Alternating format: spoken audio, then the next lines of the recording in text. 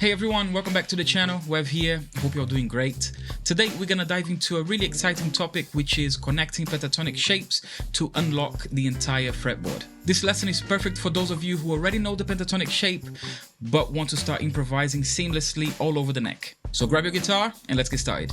First, let's talk about the 5 pentatonic shapes. These shapes are essentially patterns that we can use to navigate the entire fretboard. Each shape corresponds a segment of the scale that when combined covers the entire neck. If you don't know all the 5 minor pentatonic shapes, don't worry, we're gonna go through all of them and then apply the connections between each shape. So here's shape number 1.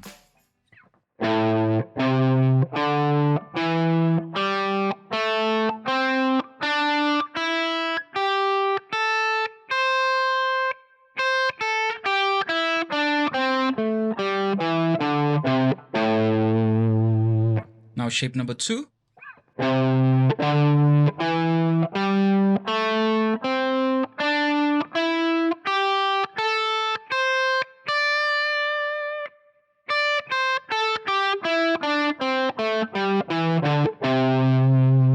Shape number 3.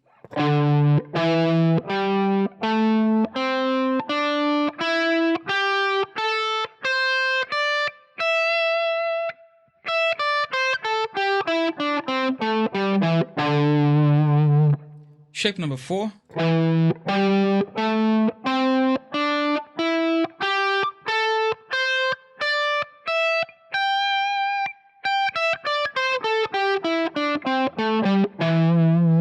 Shape number 5.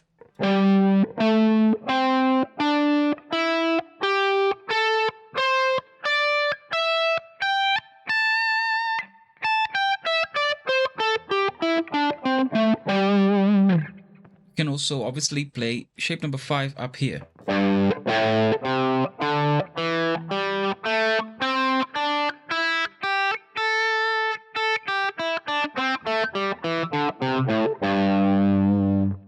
To connect these shapes, we need to find common small shapes that link them together. For example, here's how to connect shape number 5 to 1. Remember how I showed you shape number 5 starting up the neck on the 15th fret, like this. I also said that you can play it lower down the neck, starting from fret number 3. Because that's the lower octave from where I played it first, up here on the neck on the 15th fret. If you don't know what octaves are, I'll leave a link in the description and also a card somewhere here so you can check out a lesson that I have on octaves. We are going to use octaves here, but if you want to go in details on what an octave is, just check out that lesson, okay? I want to show you a shape, a small shape that it's 4 notes, and it's like this. Okay? These 4 notes and then slide to the 7th fret. So we're going to play 3, 5, 3, 5 on the E and A string. And then slide to 7. Okay? Now this transition is basically from shape 5 to 1. Once we play this and we slide to the 7th fret, we are already in shape number 1, right? Because shape number 1 is here. Starting on the 5th fret. So if we do this, we're sliding from shape, connecting shapes 5 and 1. The octave would be starting on the 5th fret of the D, which is a G as well. Okay, so this is a G and this is a G. And basically we're going to play the same pattern, okay? And it's going to go like this. Okay, so like this, we transition from shape 5 to 1. And then from 1 to shape number 2, okay? Because shape number 2 is here. Okay, so... And then we can use the same pattern starting on the 8th fret, which is also a G, okay? So we're going to play another octave and use the same little pattern. So we're going to do this. And we transition from shape number 2 to 3, okay? Shape number 3 is here. So we already covered a big chunk of the neck just by using this little pattern, which goes... And you don't have to use it just playing one straight after the other. You can use it as a tool just to transition. For example, let's say you're playing, you got a backing track on and you're playing shape number 5, for example.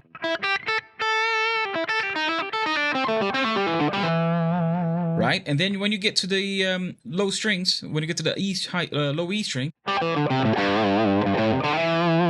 right? That's already a cool way for you to transition to shape number 1. And then you can carry on and play shape number 1, for example.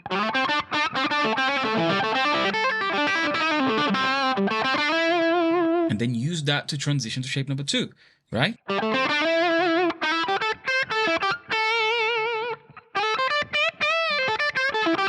And then use that to transition to shape number 3.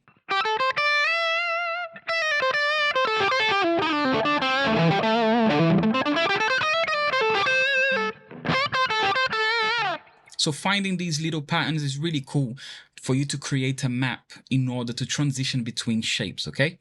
Now, you can do the same thing with the next shape. So let's take shape number 1. We're going to take the first 4 notes from the shape and slide to the next note of shape number 2. Okay, and it goes like this. Right?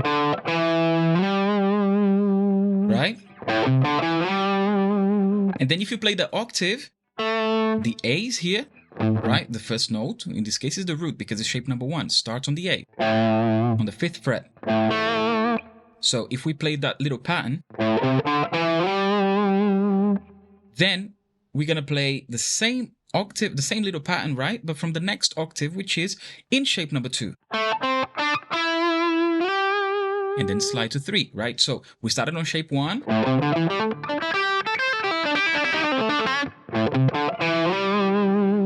And then went to shape number 2, right?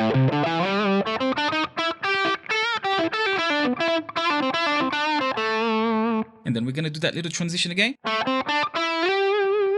Now we're in shape number 3.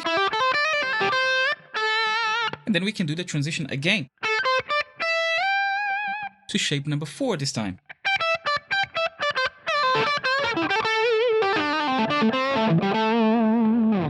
Now the exercise is you're going to use the same little pattern but starting from the next shape always, okay? So we started on shape number 5. Then we went to shape number 1, sorry, from shape number 1.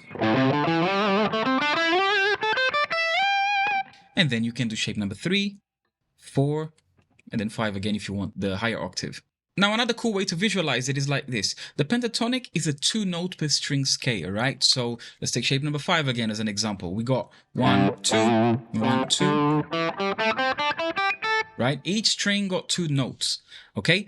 So the second note of each string is always the beginning of the next shape. They're kind of linked already because, for example, again, if we take shape number 5, I'll play this note, which is the first note for that shape, and the last note. But this last note is the beginning of shape number 1. Okay, so then the next string, I'm playing with my third finger as the last note, and with first finger for the first note, right?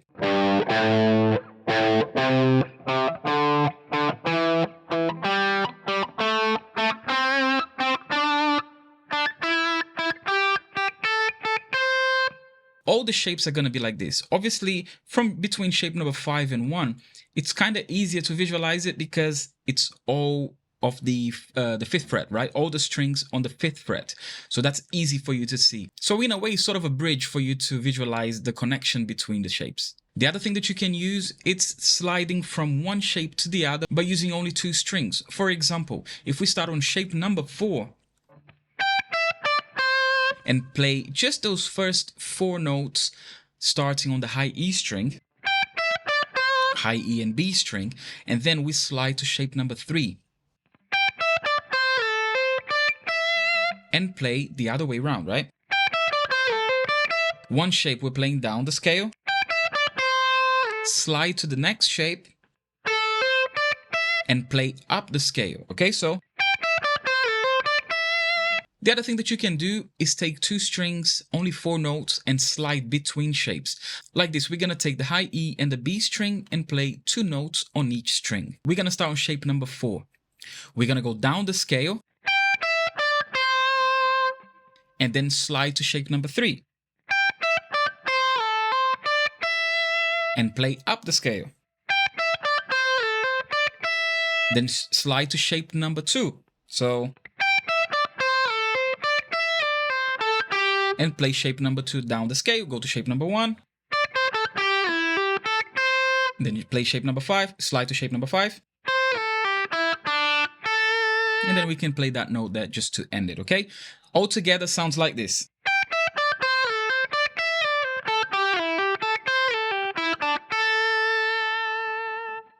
I put a backing track together and play these exercises to give you an idea on how you can practice them. But of course, you don't have to limit yourself just to do that. There's a bunch of different ways that you can practice this as well, okay? And you can also jam over this backing track. All you gotta do is head over to Jam Tracks for Days, which is my YouTube channel for backing tracks. I'll leave the link for the backing track in the description. Now let's hear how it all goes together, and I want you to listen and try to pay attention to the transition between the shapes.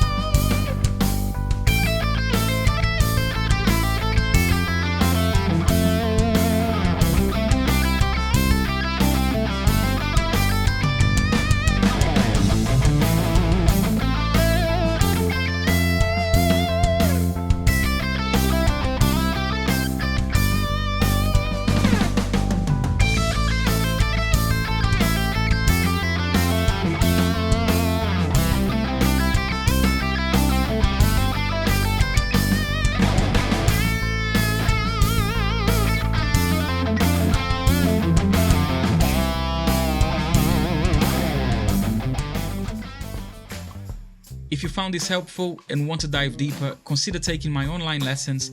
I'll leave a link for a contact form in the description.